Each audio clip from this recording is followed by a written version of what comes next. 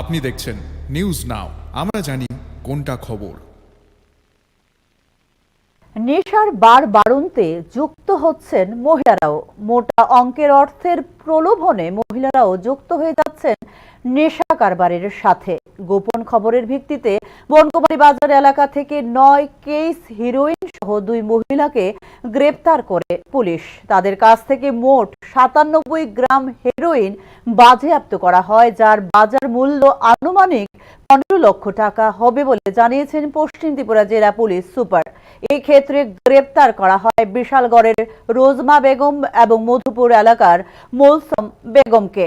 আসামের শিলচর থেকে এই নেশা সামগ্রী আমদানি করা হয়েছে বলে পুলিশের জিজ্ঞাসাবাদে জানিয়েছে ধৃত 2 মহিলা। এদের বিরুদ্ধে এনডিপিএস আইনে মামলা দায়ের করা হয়েছে বলে জানিয়েছে পুলিশ। बाजार ऑटो स्टैंड में 2 लेडीज पकड़ा गया। उनके पास 9 केस हीरोइन का जो ड्रग्स है वो मिला है। टोटल उसका ग्राम से 97.5 ग्राम से वेट। 2 मोबाइल भी सीज हुआ है।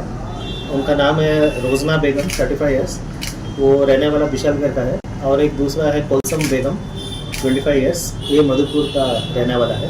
दोनों ये लेके उधर आए थे, असम से आए थे। ऐसा खबर है हमें कि असम सिलचर से ये लोग ये ड्रग्स लेके आए थे, तो हमने उसको रेड हैंड पकड़ा है और सीजर करके दोनों को अरेस्ट किया।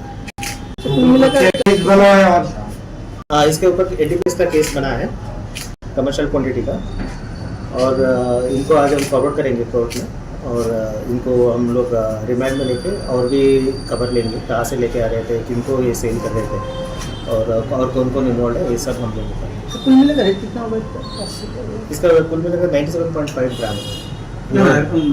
Market market value almost 10-15 lakh.